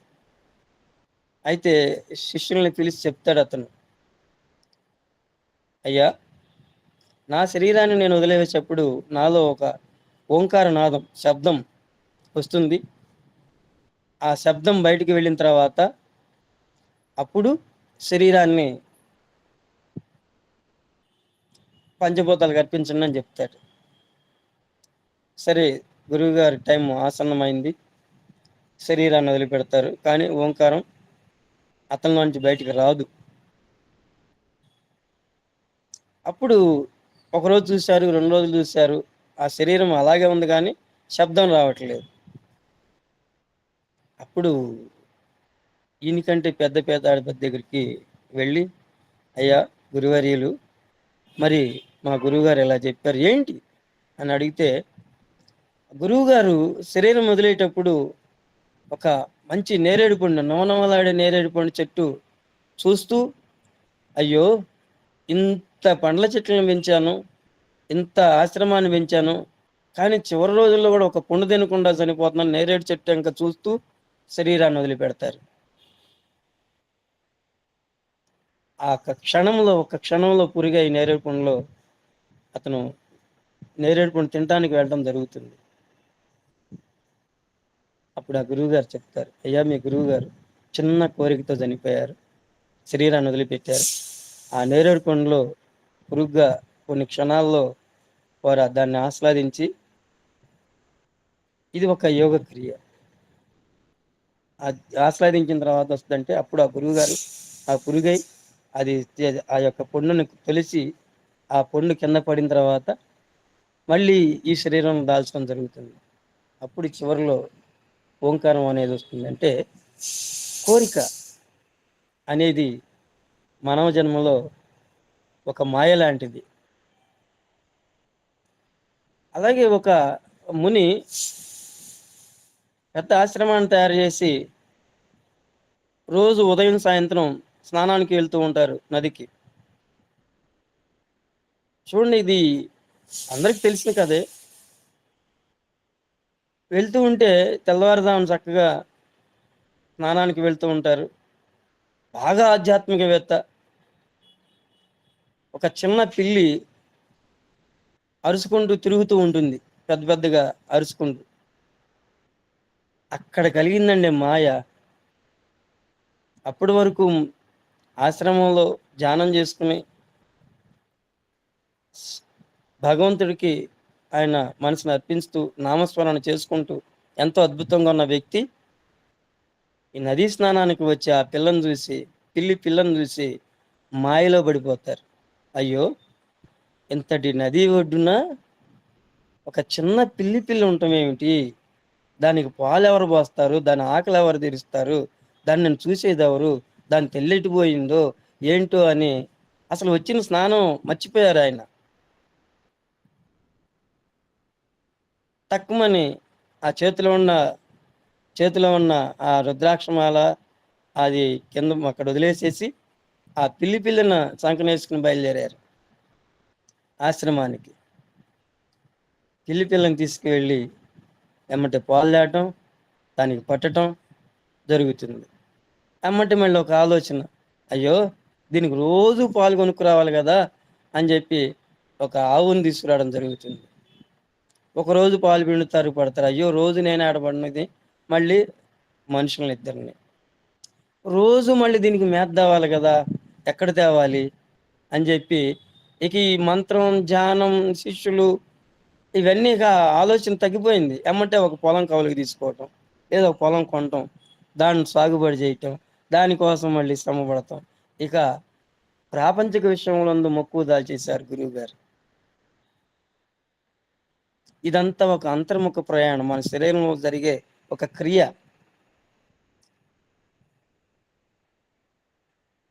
ఇక ఆయన కంటే పెద్ద గురువు వచ్చినప్పుడు, ఏంటి నువ్వు చేస్తున్నది, ఎంత మటుకు ప్రయాణం ఇది అన్నప్పుడు మళ్ళీ వెనక్కి తిరగాల్సి వచ్చింది. ఒక స్థితిని పొందిన తర్వాత మరలా వెనకడుగు అనేది శరీరంలో రాకూడదు. ఇంకా ముందుకి స్వామిని చుట్టానికి ధ్యానంలో కూర్చోవాలి, స్వామితో అనుసంధానం అవడానికి ధ్యానం చేయాలి, కోరిక అనే బంధాన్ని వదిలిపెట్టాలి, మాయా అనే బంధాన్ని వదిలిపెట్టాలి. ఓ మానవుడా మమత వీడరా, మమత వీడి సాయి నామ స్మరణ చేయరా, స్మరణ చేయరా. ఎంచిచూ ఓ మానవుడా మమత వీడరా, మమత వీడి సాయి రామ స్మరణ చేయరా, స్మరణ చేయరా. నాది నీది అనుకున్నది ఏది నీది కాదురా, ఎంచి చూడ జగతిలోన ఏది నీది కాదురా. అందుకే సాయి రామ సాయి రామ సాయి రామ అనరా, సాయి రామ అనరా, హరించును పాపమురా.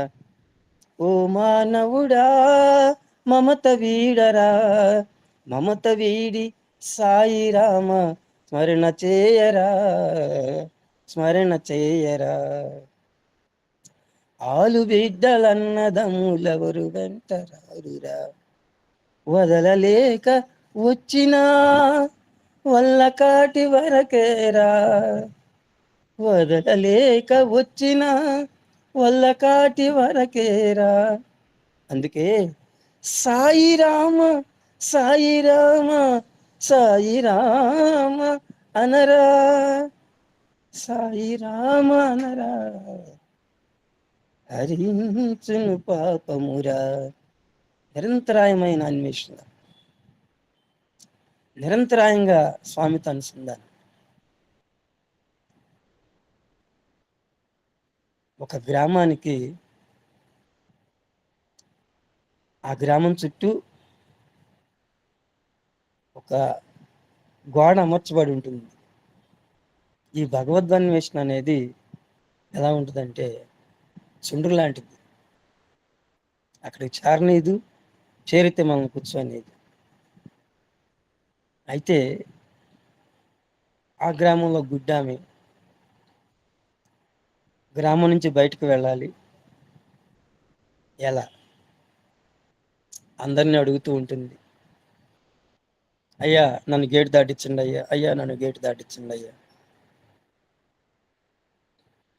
ఎవరికి వాళ్ళు ఎవరి పనుల వాళ్ళు ఆదుర్దాగా పరిగెడుతూ ఉంటారు. మానవ జన్మ కదండి. అప్పుడు ఒక అతను, అమ్మ ఈ గోడను పట్టుకో, గోడను పట్టుకుని మెల్లిగా వెళ్తూ ఉండు, ఆ గేట్ వస్తుంది దాటెళ్ళమ్మా అని చెప్పి అతను ఆ గోడను పట్టియటం జరుగుతుంది. ఆమె ఆ గోడని పట్టుకుని మెల్లిగా నడుస్తూ నడుస్తూ గేట్ వచ్చే టయానికి ఆమెకి శరీరంలో దురద పుడుతుంది, చెయ్యి ఒకటి దురద పుడుతుంది. ఆ గోడను వదిలిపెట్టి గోగటం జరుగుతూ మరలా గోడ గేటు దాటి వెళ్ళిపోతూ ఉంటుంది. అలాగే ఈ ఆధ్యాత్మిక భవసాగరంలో ఈ స్థితిని పొందే టయానికి ఏదో ఒక అడ్డంకి వస్తూ ఉంటుంది. ఏదో ఒకటి స్వామి సృష్టిస్తారు, కానీ దానికి నిలబడాలి. ఈ అంతర్ముఖ ప్రయాణంలో స్వామిని రూపాన్ని లోపలి సింహాసనంలో స్వామిని కూర్చోబెట్టి డైలీ తెల్లవారుజామున ధ్యానం, ఎక్కువసేపు అవసరం లేదమ్మా సాయిరాం, ఒక 5 నిమిషాలు, సెకండ్ డే 10 నిమిషాలు, థర్డ్ డే 15 నిమిషాలు. అయితే ఈ ధ్యానంలో చేసేటప్పుడు మన చిన్నతనం నుంచి జరిగినవన్నీ స్వామి చూపిస్తూ ఉంటారు. దాన్ని తట్టుకుని దాన్ని మర్చిపోయి ధ్యానస్థితిలో కూర్చుని అయోగ క్రియ చేసుకుంటూ వెళ్ళాలి. స్వామి మూడో ఓంకారం మనం మూడోది జరుగుతుంది అనే టైంలో స్వామిని ఒళ్ళో కూర్చుని ఉంటారు. మన ఒళ్ళో కూర్చుని ఉంటారు అంతే. ఇక స్వామి మన హృదయంలో అలా కూర్చుని దర్శన స్పర్శన సంభాషణ భాగ్యాన్ని ఇస్తూ ఉంటారు. మనకి 2 నొసటల మధ్యలో ఒక బ్రహ్మాగ్ని, జఠరాగ్ని వెలుగుతూ ఉంటుంది, కాంతిని విరజులుతూ ఉంటుంది. మనకి జ్యోతి ధ్యానంలో, స్వామి జ్యోతి ధ్యానంలో ఈ ఈ క్రియని చూపించారు, అందరికీ ఎలా చేయాలి ఏంటనే చెప్పారు. కానీ అతి సులువుగా స్వామిని చేరచ్చు. మౌనం, మెయిన్ మౌనం, ఎక్కువగా మాట్లాడకూడదు. ఎంత మౌనంగా ఉంటే అంత శరీరంలో ఆధ్యాత్మికంగా మార్పులు జరుగుతూ ఉంటాయి. ఎవరిని దుర్భాషలో మాట్లాడకూడదు. దీనికి ఒక చిన్న ఎగ్జాంపుల్ ఏంటంటే, ఈ కథ నేను చాలాసార్లు చెప్పాను, అయినా సరే మరలా ఒకసారి రిపీట్ చేసుకుందాం. లేని వ్యక్తి గురించి అసలు మాట్లాడకూడదు. ఆ లేని వ్యక్తి గురించి మాకు తెలుసు, అబ్బో ఆయన అది ఈయనది అనే మాట రాకూడదు. ఈ యొక్క స్వామిని అనుసంధానం అనంటే కొన్నిటిని మనం తెగదింపులు చేసుకోక తప్పదు. ఒక ఆకలి కొన్న పాము పుట్టలు చెట్లు తిరుగుతూ ఉంటుంది, దానికి ఆకలి ఏదైనా దొరుకుతుందేమోనని. అదే క్రమంలో ఒక ఆకలి కొన్న గ్రద్ద పైన విహరిస్తూ దాని ఆహారం కోసం తిరుగుతూ ఉంటుంది. శరం ఇది ఒక అంతర్ముఖ ప్రయాణంలో జరిగే, మన లోపల జరిగే ఒక యోగ క్రియ. ఈ కథ ఇది ఎక్కడ నా సొంతది కాదండి సాయిరాం, మా గురువు గారు చెప్పినవి ఇవి. ఆయన ధ్యానం చేస్తూ మంత్రం ఉపదేశిస్తూ కొన్ని ఘట్టాల గురించి, మానవ జీవితంలో దైవానికి ఎలా దగ్గర అవ్వాలి, దగ్గరైతే ఏంటి లాభాలు, మనం పూర్వాశ్రమంలో మనం ఏంటి, పూర్వాశ్రమం నుంచి ఆధ్యాత్మికం ఉన్నామా లేవా, పూర్వాశ్రమంలో స్వామిపాదం పడితే ఈ ఆశ్రమం, ఇప్పుడు ఈ యొక్క దేహంలో ఇప్పుడున్న ఈ యొక్క దేవాలయం, ఈ శరీరం ఒక దేవాలయం, ఈ దేవాలయం స్వామి పాదం ఉందా, స్వామి వచ్చి కూర్చున్నారా అనేది మనకి కొన్ని అర్థమవుతూ ఉంటాయి. పూర్వాశ్రమంలో మనం స్వామి భక్తులం కాబట్టి ఇప్పుడున్న ఆశ్రమం ఈ దేవాలయంలో స్వామికి అంకితం అయ్యాం మనం. ఆ వాసన ప్రభావం లేనిదే ఆధ్యాత్మికం భవసాగరానికి దగ్గర అవ్వటం చాలా కష్టం. ఎలా అంటే పడవ మీద ప్రయాణం చేసి దిగి వెళ్ళిపోతాం అంత మటుకే. కానీ ఈ ఆధ్యాత్మిక భవసాగరంలో ప్రయాణం ఎంతో అద్భుతం. అది స్వామి పాదం పూర్వజన్మలో మనం పట్టుంటేనే, పూర్వాశ్రమంలో స్వామిని మనం చేరుంటేనే, పూర్వాశ్రమంలో స్వామితో సాంగత్యం చేస్తేనే, పూర్వాశ్రమంలో స్వామితో భజన్స్ పాడితేనే, పూర్వాశ్రమంలో స్వామితో నడక నడిస్తేనే, పూర్వాశ్రమంలో స్వామితో ఏదో అద్భుతాన్ని పొందితేనే ఇప్పుడున్న ఈ దేహం స్వామి పాదాన్ని పడటానికి మనందరికీ ఆస్కారం లభించింది. ఏ వాసన భరితం లేనిదే ఆధ్యాత్మిక భావనానికి, ఆధ్యాత్మిక భవసాగరాన్ని తాగటానికి చాలా కష్టం. ఆ యొక్క గ్రద్ద తన ఆకలి తీర్చుకోవటం కోసం పైన విహరిస్తూ కిందకు చూస్తూ తిరుగుతూ ఉంటుంది. కొంత క్షణాల్లో ఆ గ్రద్దకి పాము కనిపించింది. అది ఆకలితోనుంది, ఇది ఆకలితోనుంది. కొన్ని క్షణాల్లో కిందకి రావటం గద్ద ఆ పాముని తీసుకెళ్ళటం జరుగుతుంది. పాము గ్రద్ద నన్ను తినేస్తుందని భయంతో పాము బుసలు కొడుతూ ఉంటుంది కరవటానికి. గద్ద నన్ను ఎక్కడ చంపుతుందో అని చెప్పి దాన్ని పాము యొక్క తలను పట్టుకోవడానికి ట్రై చేస్తూ ఉంటుంది. ఈ యొక్క క్రియలో గద్ద పాము తలను పట్టుకుని గట్టిగా పట్టుకోవడంతో పాము నోట్లో నుంచి విషం కిందకు జారుతూ ఉంటుంది. సరే, ఒక గురువు గారు ఆశ్రమంలో 10 మందికి నారాయణ సేవ చేయటానికి ఒక గొల్లబామకి పాలు ఆర్డర్ ఇవ్వడం జరుగుతుంది. ఆమె చక్కగా భగవన్నామ సంకీర్తన చేసుకుంటూ పాలు కుండ నెత్తిమే పెట్టుకుని రావడం జరుగుతూ ఉంటుంది. వేదాంత వీధులలో విహరించు గిరిధారి, ఏదిరా నీ మురళి ఊదరా ఒకసారి అని పాట పాడుతూ ఎంతో అద్భుతంగా భగవంతుని యందు మనసును లగ్నం చేసుకుని, నేను ఒక గురువు గారికి, ఒక ఆధ్యాత్మిక తత్వానికి, ఒక భగవంతుడికి నేను పాలు తీసుకెళ్తున్నాను అంటూ వేదాంత వీధులలో విహరించు గిరిధారి, ఏదిరా నీ మురళి ఊదర ఒకసారి, ఏదిరా నీ మురళి ఊదర ఒకసారి, ఏదిరా నీ మురళి అని ఎంతో అద్భుతంగా, చాలా పెద్ద పాట అండి, చాలా అద్భుతంగా పాడుకుంటూ ఆ గొల్లబామ పాలు తీసుకెళ్తాం జరుగుతుంది. పైన గద్ద పాము గట్టిగా పట్టుకోవడంతో పాముని ఆ విషం కిందకి పడుతూ ఉంటుంది. ఆ విషం చుక్క ఈ పాలకొండలో పడటం జరుగుతుంది. చూడండి, పైన గద్ద, కింద పాము, ఈ విషం కొండలో పడటం జరుగుతుంది.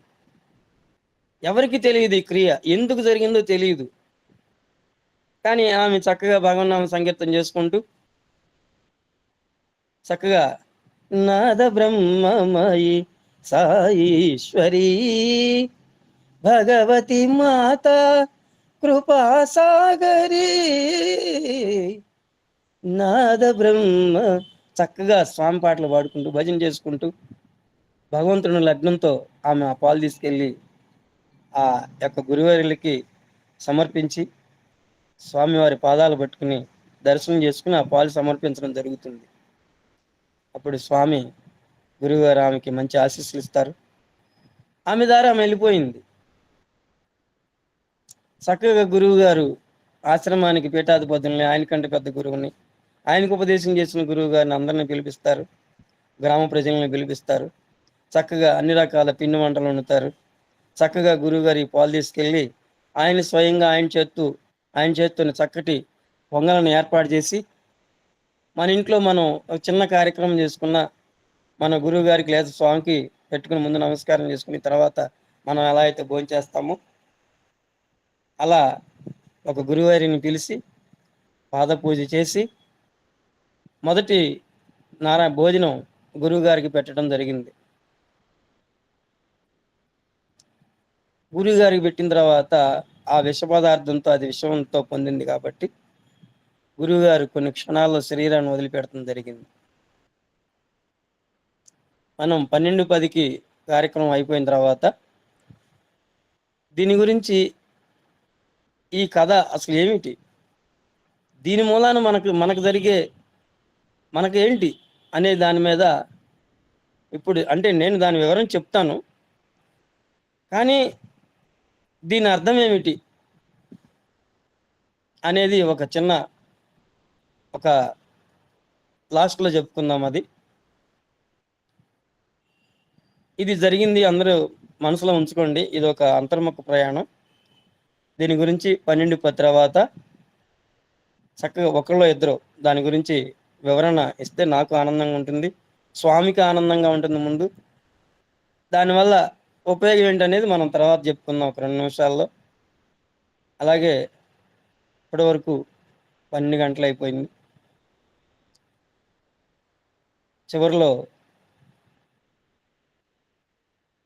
ప్రతి ఒక్కరూ మన సంస్థలో ఉండే ప్రతి ఒక్కరూ ఇప్పటి వరకు అందరూ చేస్తున్నారు. మనం తినే ఆహారంలో ఒక 2 ముద్దలు మీరు పప్పు వండుకుంటారు, లేదు సాంబారు వేసుకుంటారు, లేదు పచ్చడితో తింటారు. మనం ఏదైతే తింటున్నామో అంత అన్నం చిన్న ప్యాకెట్ చేసుకుని దాంతో ఒక మజ్జిగ ప్యాకెట్, దాంతో ఒక మంచినీళ్ళ ప్యాకెట్ కనీసం ఒక్కరికి అందించండి సాయిరాం. ఇక్కడ ఉన్నవారు అందరికీ నేను శిరస్సు వంచి ఆత్మ ప్రణామాలతో అడుగుతున్నాను. కనీసం ఒక్కరికి, అందరు చేస్తున్నారు, చేయట్లేదు నేను ఎవరిని అన్ను, కనీసం ఒక్కరికి. రెండోది సనాతన సారథి, మనం సత్యసాయి భక్తులుగా, సత్యసాయి భగవంతుడిగా, శ్రీ సత్యసాయి బిడ్డగా, శ్రీ సత్యసాయి భక్తుడిగా కనీసం ఒక్కరికి సనాతన సారథి సంవత్సరంలో ఒక్కసారైనా సరే కనీసం మీరు పెళ్ళిళ్ళకి, పేరెంటాళ్ళకి, గృహప్రవేశాలకి వెళ్తారు, వెళ్ళినప్పుడు మనం గిఫ్ట్ ఇస్తాం. ఆ గిఫ్ట్ బదులు 1 సంవత్సరం చందా కట్టి ఆ రసీదు మీరిచ్చే గిఫ్ట్తో పాటు ఇవ్వండి. ఎంత అద్భుతాన్ని ఆవిష్కరిస్తుందంటే, సాయి గాయత్రి, శ్రీ సత్యసాయి గాయత్రి మహాయజ్ఞం స్టార్ట్ చేసిన తర్వాత ఒక భక్తురాలంటూ బండి పోవటం జరిగింది. వారు ఏం చేయలే, సాయి గాయత్రియే చేశారు, స్వామి నామాన్నే పలికారు. 24 అవర్స్లో మళ్ళీ ఇంటికి వచ్చి ఏమండి బండి మీద తాళాలు ఇచ్చి వెళ్ళిన రోజులు ఉన్నాయి. తాళాలు ఇచ్చి వెళ్ళారు వాళ్ళు. ఇది జరిగింది కదా. అలాగే పూర్వాశ్రమంలో మనం ఎన్నెన్నో కర్మలు అనుభవించుంటాం. ఇప్పుడు మనం యజ్ఞాలు, యాగాలు, క్రతువులు మనం ఏం చేయలేం. స్వామి సున్నితంగా వాటి నుంచి బయటపడటానికి మార్గాలు అప్పచెప్పారు మనకి. 1 సనాతన సారథి, 1 సంవత్సరం చందా. అలాగే మూడోది, రాబోయేది వేసవి కాలం. మా ఇంటి ముందు ఎవరు రారండి, చిన్న సందు, మా ఇంటికి ఎవరు రారండి మనం అనుకోవద్దు. చిన్న కుండ, 1 గ్లాసు, దాంట్లో మంచినీళ్ళు మీరు తాగయ్యే. నేను మినరల్ వాటర్ కొనండి లేదా ఇంకెక్కడ నీళ్లు తాండి నేను చెప్పను. మన ఇంట్లో దొరికే వాటరే, దాంట్లో అంత విభూతి, చిటికెడంత విభూతి ఆ మంచినీళ్ళలో వేసి ఇంటి ముందు మంచినీళ్ళు ఒక్కళ్ళు ఇద్దరు తాగినా చాలండి. జలధార, అమృత ధార అవుతుంది ఇల్లు, అంతే. అంటే స్వామి ఏదో ధనకనక వస్తు వాహనాల గురించి నేను చెప్పనండి, మనకి అది అమృత ధార అవుతుంది. మళ్ళా భూమి మీదకి రాకుండా అమృత తుల్యమై అమృతాన్ని సేవిస్తాం. మనం స్వామితో ఉండిపోతాం అంతే, స్వామితో ఉండిపోతాం అంతే. మా మదరు చివరక్షరాల్లో సాయిరాం సాయిరాం సాయిరాం సాయిరాం సాయిరాం అంటూ మేడ పక్క వాళ్ళు చేసింది. చూడండి, అంటే మా మదర్ని నేను గొప్పగా చెప్పుకోవట్లేదండి, ఎన్నో సేవలు చేస్తూ ఎంతో మన ఆ నామస్మరణలో ఉండబట్టి ఆ చివరి క్షణంలో స్వామిని తలుచుకోవడం జరిగింది. ఎలా ఉంటుందంటే ఇది అది పాత పూర్వం కథలు ఉన్నాయి అవి. ఆ బిడ్డ ఒకగానొక కొడుకు, చక్కగా పెద్ద ఇల్లు కట్టారు, అన్న ఇంద్రభవనం. ఇది మనం అందరం చెప్పుకునే కథలే. చివరికి ఆ తండ్రికి గొడ్ల శాలలో కూర్చోబెట్టి భోజనం పెట్టి టైం వస్తుంది, కానీ మనవడు ఆ పళ్ళెని తీసుకెళ్లి బీరోలో దాస్తాడు. తండ్రి అడుగుతాడు, తాతయ్య భోజనం పళ్ళెం కనపడలేదేంట్రా అంటే, బీరోలో పెట్టాను అంటాడు. ఎందుకురా అంటే, రేపు మళ్ళీ నీకు అదే బొచ్చులో భోజనం వేయాలి కదా నాన్న అంటాడు. ఆ స్థితి మనకి రాకూడదు. నిరంతరాయంగా నామస్మరణ మనం చేస్తూ ఉంటే మన బిడ్డలు కూడా ఆ నామస్మరణలో అలా అలా అలా సాయిరామ నౌక సాగిపోతుంది, సాయి కృష్ణ నౌక సాగిపోతుంది. ఆ నౌక ఎంత అద్భుతంగా ముందుకు సాగి స్వామి చెంతకు చేరాలి. అదంతే కది ప్రతి క్షణము సాయి నామస్మరణ. అలాగే 4వది, మనకి వాహినీలు స్వామి ఎన్నో ఇచ్చారు. కనీసం ఇంట్లో మీరు అన్ని వాహినీలు డబ్బులు లేవండి, 2 వాహినీలు కొన్ని ఇంట్లో పెట్టండి. ఏ దుష్ట శక్తి ఏది కూడా ఇంట్లోకి రావడానికి భయపడుతుంది. ఇది 100% తథ్యం. ఎక్కడైతే స్వామి లిటరేచర్ ఇంట్లో ఉంటుందో, ఎక్కడైతే స్వామి పారాయణం పుస్తకాలు ఇంట్లో ఉంటాయో, ఎక్కడైతే ఎప్పుడు పారాయణం జరుగుతూ ఉంటుందో, అది లేమి అనే శబ్దం ఉండదు ఆ ఇంటికి. అంతే. ఇవాళ వాస్తవం చెప్పాలంటే రేపటికి ఏంటి అనేది నేను ఆలోచించాల్సిన అవసరం నాకు ఉండదు. అన్ని స్వామి చూసుకుంటారు. అది ఫస్ట్ కరోనా బాగా ఫుల్గా పోలీస్ ప్రొటెక్షన్, బయటికి వెళ్ళడానికి లేదు, బయటికి వెళ్ళడానికి లేదు, కొడుతున్నారు. ఎక్కడ కనబడితే అక్కడ కొడుతున్నారు అంతే. సరే, చిన్న తలంపు ఇచ్చారు స్వామి.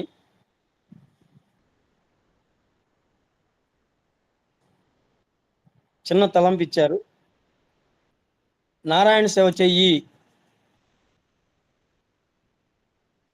అనేది అంతే. అలా ఒక వాణి అంతే వినిపించింది అంతే.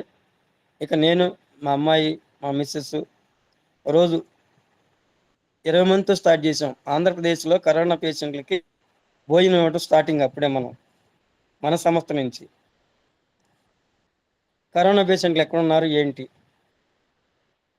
డాక్టర్ బ్రహ్మాజీ గారని అతనితో మనం చర్చించడం జరిగింది. కరోనా పేషెంట్లకి ఫ్రీగా చూడటం, వైద్యం ఉన్నదాంట్లో తక్కువలో చేయించటం, డబ్బు లేని వాళ్ళకి మన సంస్థ నుంచి ఇచ్చాం. అలాంటి టైంలో ఇంట్లో బియ్యం కూరగాయలు అన్నీ అయిపోయినాయండి. రేపు ఎలా సేవ చేయాలి, రేపేంటి అని తర్జన పడుతున్నాం. నైట్ టైము ఎప్పుడు జరిగిందో ఎలా జరిగిందో మాకైతే తెలియదు, కానీ ఒక బియ్యం మూట, కూరగాయలు, ఒక నెలకు సరిపోయిన సరుకులు గుమ్మం ముందు పెట్టున్నాయి. మా ఇంటికి రావాలంటే 4 ఇళ్ళు దాటి మనిషి మా ఇంటికి రావాలి ఒక స్టైర్ ఎక్కి. అందరూ మేమెవరం చూడలేం, ఎవరు ఇస్తారండి, స్వామి స్వయంగా వస్తారు అంతే. ఇలా చేస్తూ వెళ్తున్నాం. మా మిస్సెస్ కరోనా వచ్చింది, చేతిలో చిల్లి కావలేదు, బాధ. ఇంటికి వెళ్ళిపోదాం, మనం వేమూరు వెళ్ళిపోదాం, నాకు లాస్ట్ దశ, నేను ఉండలేకపోతున్నాను, బాధపడుతున్నాను, పెద్ద గోల. మనకేంటంటే స్వామి ఉన్నారు అంతే, ఇంకా రెండోది లేదు, స్వామే. ఇప్పుడు ఆమె శరీరం నిండా విభూతి రాసి, మాకు స్వామికి సపరేట్ గది ఉంటుంది ఎక్కడున్నా. నేను ఒక పక్క, మా అమ్మాయి ఒక పక్క పనుకుని స్వామి ఎదురుగా స్వామి స్వయంగా ఇచ్చిన ఫోటో ఉంటుంది మా ఇంట్లో. స్వామి స్వయంగా బ్లెస్ చేసి ఇచ్చిన ఫోటో ఉంది, స్వామి ఇచ్చిన విభూతి ఉంది, స్వామి చేతితో పెట్టిన బట్టలు ఇచ్చారు స్వామి, సఫారీ సూట్ 2 సార్లు, స్వామి ఇచ్చిన ఫ్లవర్ ఉంది, స్వామి ఇచ్చిన రుద్రాక్ష ఉంది. నేను గొప్ప అంటలేదండి, స్వామి ఇల్లు ఇది. ఆ గదిలో, స్వామి గదిలో పనుకున్నామండి. విభూది శరీరం, మొహం మొత్తం ఎక్కడ పడితే అక్కడ విభూది. డాక్టర్లు అయితే 15 లక్షలు అడిగారు, ఇంటికి వచ్చి ట్రీట్మెంట్ చేస్తామని. ఒక బాధ. ఏం చేయాలి? స్వామి డాక్టర్ ఇక్కడ, ఇక రెండోది లేదు. తలుపులేసాం, చక్కగా స్వామి రూమ్లో స్వామి ఫోటో ఎదురుగా పనుకున్నాం. పొద్దున్నే లేచిందండి, నారాయణ సేవకు రెడీ చేసింది. పొద్దున్నే లేచింది 5 గంటలకల్లా, కరోనా పేషెంట్లకి అన్నం వండింది, ప్యాకెట్లు చేసాం, అంతే. చూడండి, వన్ డే కూడా కాదండి, 12 గంటలే ఇల్లంతా అట్టుడికి పోయింది. ఎక్కడికి తీసుకెళ్ళాలి? ఏ ఊరు తీసుకెళ్ళాలి? ఎక్కడికి ఫోన్ చేసిన బెడ్లు లేవంటున్నారు. 10 లక్షలకి మించి ఎవరు చెవట్లా. ఏంటి మనకి స్వామి డాక్టర్, స్వామి ఉండగా మనకేంటి భయం అనుకున్నాం, అంతే.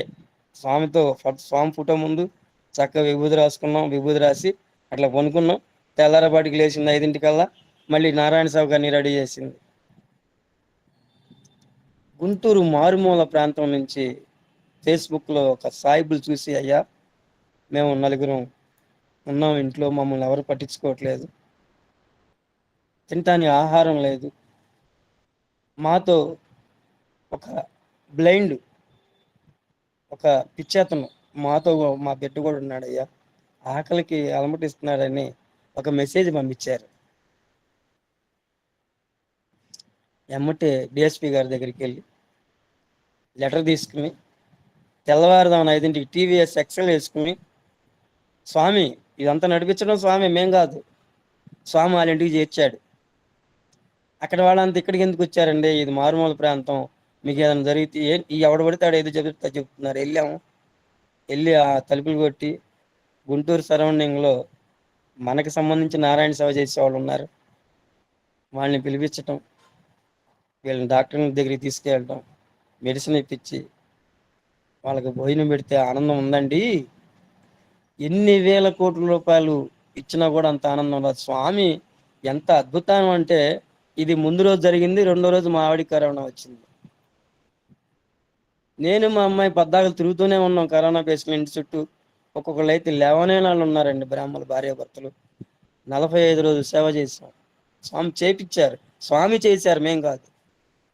మాదేం లేదండి, అంత స్వామి చేయించుకున్నారు. వాళ్ళకి ఇంట్లో స్ప్రే చేయించటం, వాళ్ళకి రోజు టిఫిన్ పెట్టడం, లేవలేని పరిస్థితుల్లో నోట్లో కూడా పెట్టి స్వామి సేవ చేయించారు. అలా మా మిస్సెస్ని రాత్రి 8 గంటలకి, మేము 9 గంటలకి విభూతి రాసి పనుకుంటే, తెల్లవారుదాం 5 గంటలకి లేచి ఆమె నారాయణ సేవకి అన్ని ఏర్పాట్లు చేసేసింది. ఎన్ని అద్భుతాలండి, ప్రతి ఇంట్లోనూ ఉంటాయి. కానీ మాకు ప్రతి క్షణము స్వామితో, అది స్వామి అలా ఏర్పాటు చేసేసారు. ఇంకా రెండవది లేదండి. షాప్ దగ్గరికి వెళ్తే షాప్ దగ్గర ఉన్నంతసేపే షాపు, ఇక అంత ఇంటికి వచ్చేస్తే ఇక ఇంట్లో మళ్ళీ బయటికి వెళ్ళటాలే ఉండండి. ఆ సాయంత్రం నారాయణ సేవకి వెళ్ళటమే. అందుకని ప్రతి క్షణము స్వామి స్వామి, ప్రతి శ్వాస స్వామి శ్వాస, ప్రతి నోట సాయి నామం. జీవితంలో ఒక్కసారైనా భక్తి యాత్ర చేయరా, ఉన్నదానిలో ఏ కొంతైనా సత్య సాయిషుని సేవించరా, సత్య సాయిషుని సేవించరా. ఎంతో చిన్నది జీవితం, నిద్దురలోనే సగం హతం, ఉన్నదానిలో ఏ కొంతైనా సత్య సాయిషుని సేవించరా, ఉన్నదానిలో ఏ కొంతైనా సత్య సాయిషుని సేవించరా.